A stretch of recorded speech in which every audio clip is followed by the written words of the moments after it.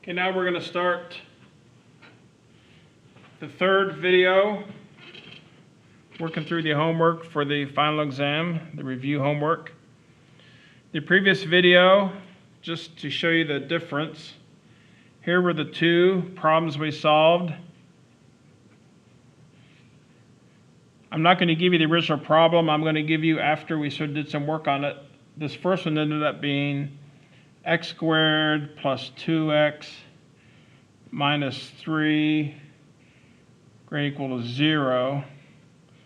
So that was problem 3, once I did a little bit of work on it. And problem 4, once I did some work on it, ended up being 5x squared minus 24x minus 5 greater than 0. So we went through and solved both these. And I want you to know, we call both of these sort of polynomial expressions. These are like polynomials. We get to problem 5. We're going to have something different. Let me just write the problem down. It's still an inequality problem, and the instructions are solve the following inequality. But now we have x squared times 5 plus x in parentheses times x minus 8 over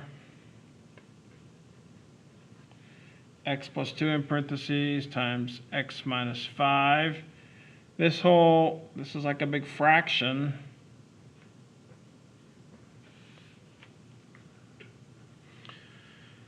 So notice these two inequalities, these are like polynomials. You see there's no fractions here at all. Here, it's actually a fraction. Now the nice thing is, looks like this thing is already sort of factored.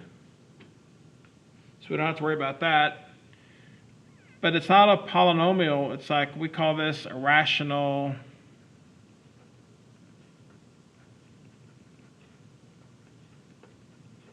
expression. So now the question is, how do we go about solving something like this? Once again, what's interesting is the steps that we used to solve these polynomial expressions with an inequality are actually the same steps as we're going to solve this problem with the rational expression. We follow the same steps. The only difference is we have to keep in mind, and I'll explain this in a minute, when we go get our zeros from these expressions, you have to remember that these factors are in the denominator of the fraction. So that's going to change a few things really more toward the end of the problem. But 95% of the problem is going to be the same for both of these. So based upon that, let's go ahead and solve this. The first step is make sure you have everything on one side, and one side is 0. Well, it already is. The second step was to factor. As it turns out, this is already factored, so they've already done a lot of work for us. Then the third step would be to find the zeros. Once again, the zeros are the values of x that cause this whole expression equals 0. Now, I'm going to first look in the numerator at the top. And these are going to be true zeros, what I call. In other words, if I look at x squared, it's my first factor. What value would x have to be for x squared to equal 0? Well, obviously, 0. The first parenthesis, what value of x would cause the first parenthesis to be 0? Minus 5. What value of x would cause that second parenthesis to be 0? 8. So these are the zeros that I get from the top of the fraction. Now I'm going to go ahead and I'm going to look at the bottom of the fraction, and I'm going to list these numbers here, and they're sort of they're in the zeros category, but just so you know, they are not actually zeros. Now for the rest of the problem, I'm going to sort of treat them like zeros, but they're not really zeros. So if I look at this parenthesis in the bottom, what value of x would cause this parenthesis to be 0? -2. And actually what I try and do, sometimes I forget, I like to put a box around this to remind me it's not really a 0. I mean, I'm going to need to know that this is -2 here, but you'll see toward the end of the problem, I have to go back and think about this. And the other parenthesis in the denominator would be x equals 5 would cause this whole parenthesis to be 0. And once again, since it came from the denominator, I put a box around it. So these, in a sense, are the values of x that cause either the top or the bottom to equal 0. Now, I'm going to take all these zeros, and I am going to go ahead and plot them on my sort of number line graph for x. So I've got 0, -5, 8, -2, and 5. And each of these zeros, we draw our vertical dashed lines. And unlike the previous problems, look how many regions we have. 1, 2, 3, 4, 5. Wow, 6 regions. Sort of crazy.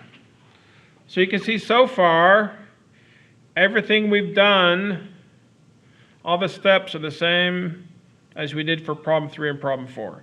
Even though here it's like a fraction, we really follow the same pattern. And just like those, now I'm going to do a sign chart.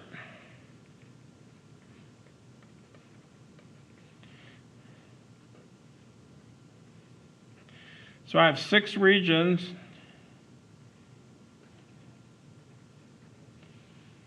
And once in, my goal for the sign chart is to figure out, is each region positive or negative?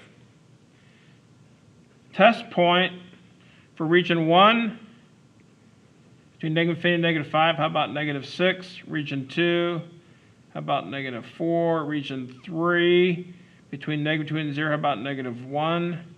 Once again, I can't choose a test point on one of my border or boundary lines. It has to actually be in the region. 4, how about I'll choose 1. 5, between 5 and 8, I'll choose 6. 6, from 8 to infinity, I'll choose 9. Now I'm going to go list all my factors, both from the top and the bottom of my expression.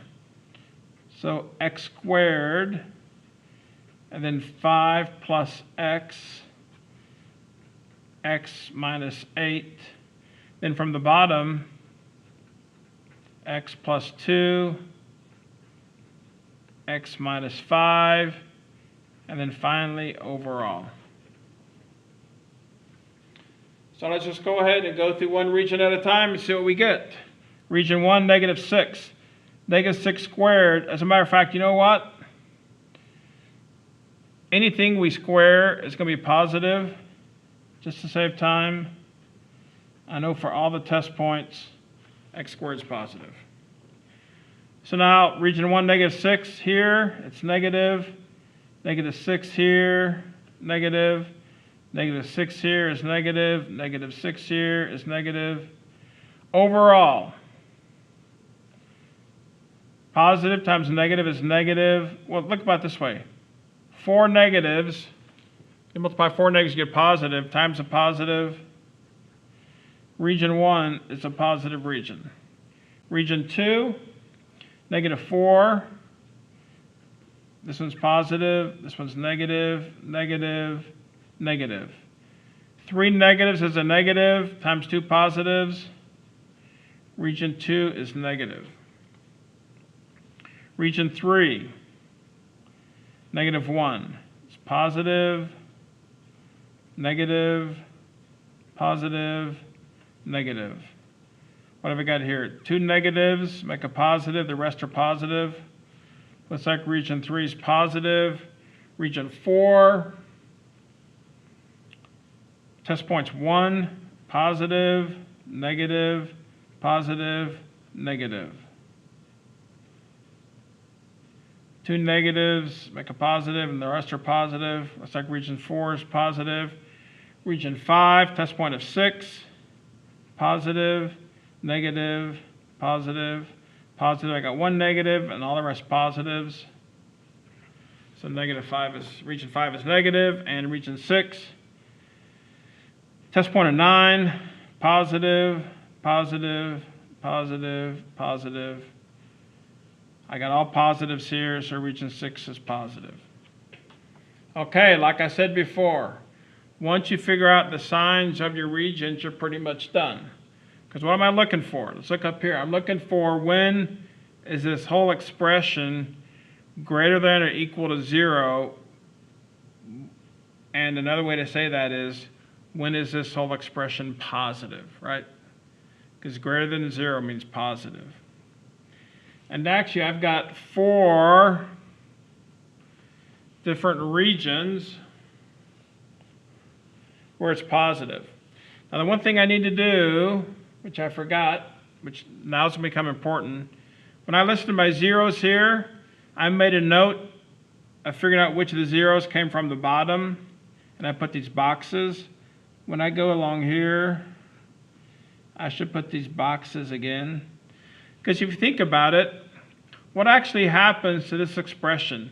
If I plug in -2 for x, what happens? Actually, the denominator becomes 0. What happens when you have 0 in the denominator? This expression becomes undefined. So in a sense, what really happens is the zeros that come from the top actually cause this whole expression to equal 0. But the zeros we get from the denominator, if you plug those values in, it causes this expression to become undefined. That's going to become important now as we get ready to give our final answer. So I'm looking for all the values of x, or all the regions that cause the expression to be positive or equal to 0. So if I look at region 1 is from -infinity to -5.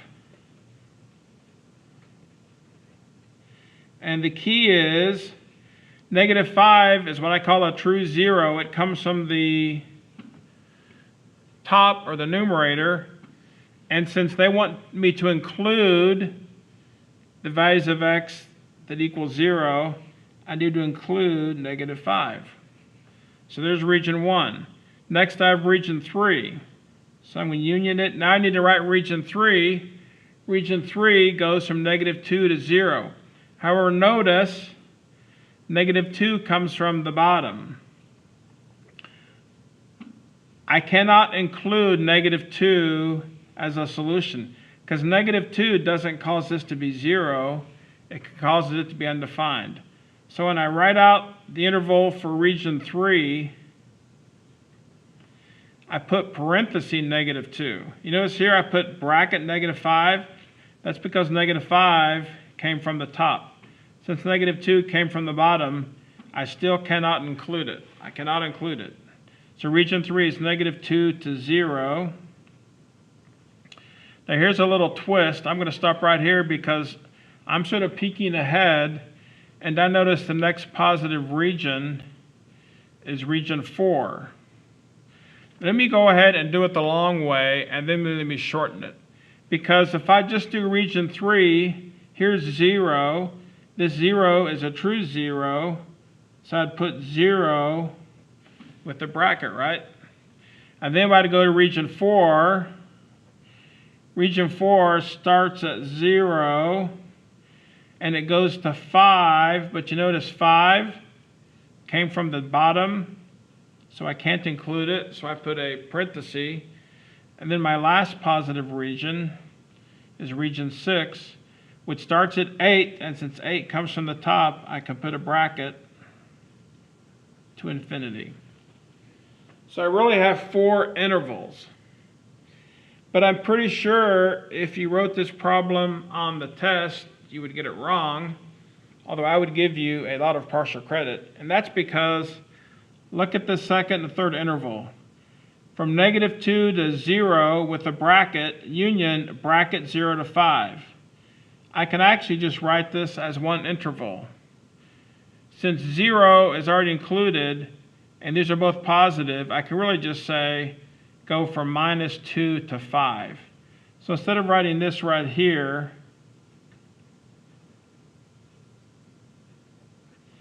I can actually write that as one interval. So the solution should be -infinity to -5 with the bracket, union -2 to 5, union 8 with the bracket to infinity.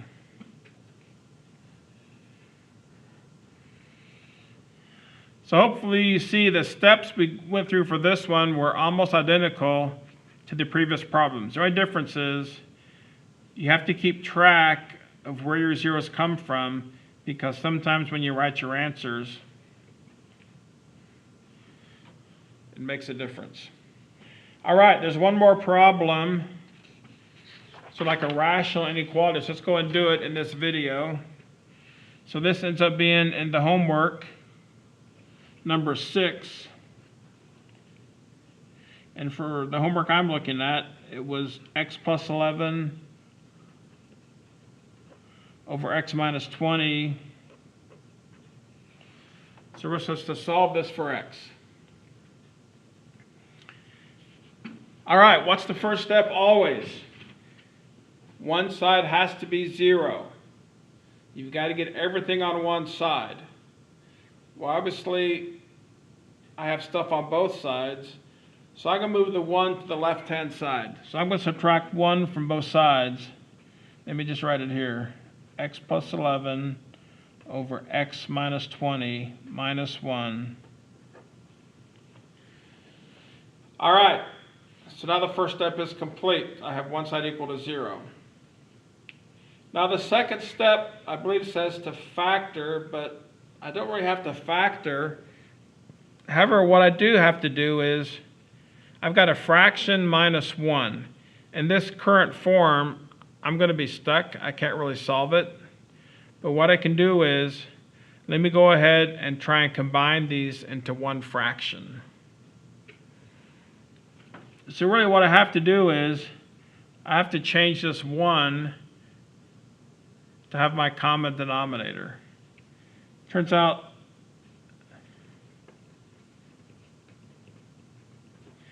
the LCD is going to be x minus 20. So if I minus 1,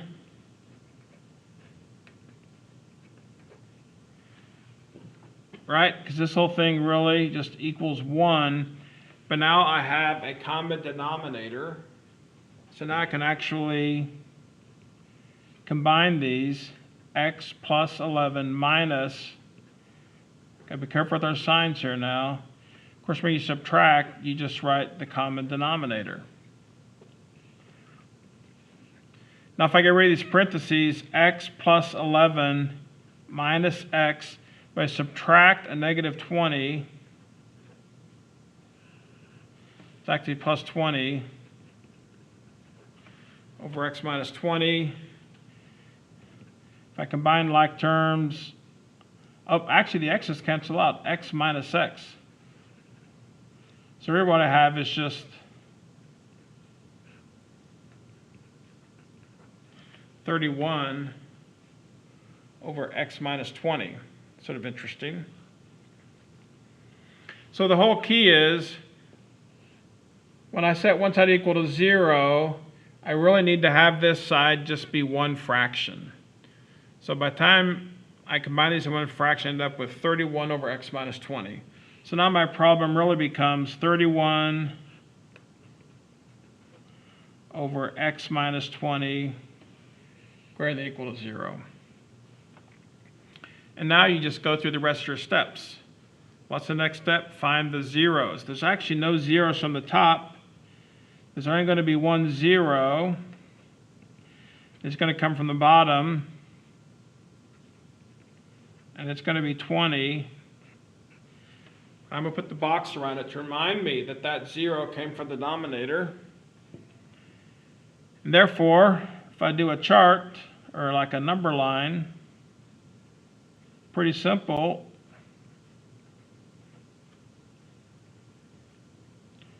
Turns out there's only 2 regions. There's only one 0 value, which causes me to have 2 regions.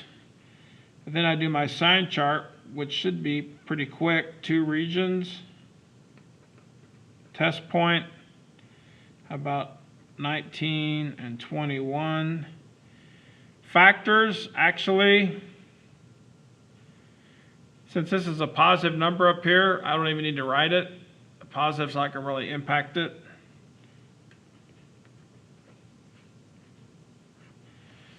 In the bottom, I have x minus 20. And then my overall, actually the overall is going to be the same as x minus 20. You put a 19 in here, you get a negative. So region 1 is a negative. Put a 21 here, positive. Region 2 is positive. What am I looking for? When is this thing greater than or equal to 0? So when is it positive? So it's going to be region 2. And it says greater than or equal to 0. So now the question, should I include the 20 in my interval? And the answer is no, I cannot, because this 20 came from the denominator. When you plug in 20 into here, you don't get 0, you get undefined. So when it's all said and done, you put a parenthesis 20 to infinity. And that's your solution. All right. So that's some examples of solving these inequalities.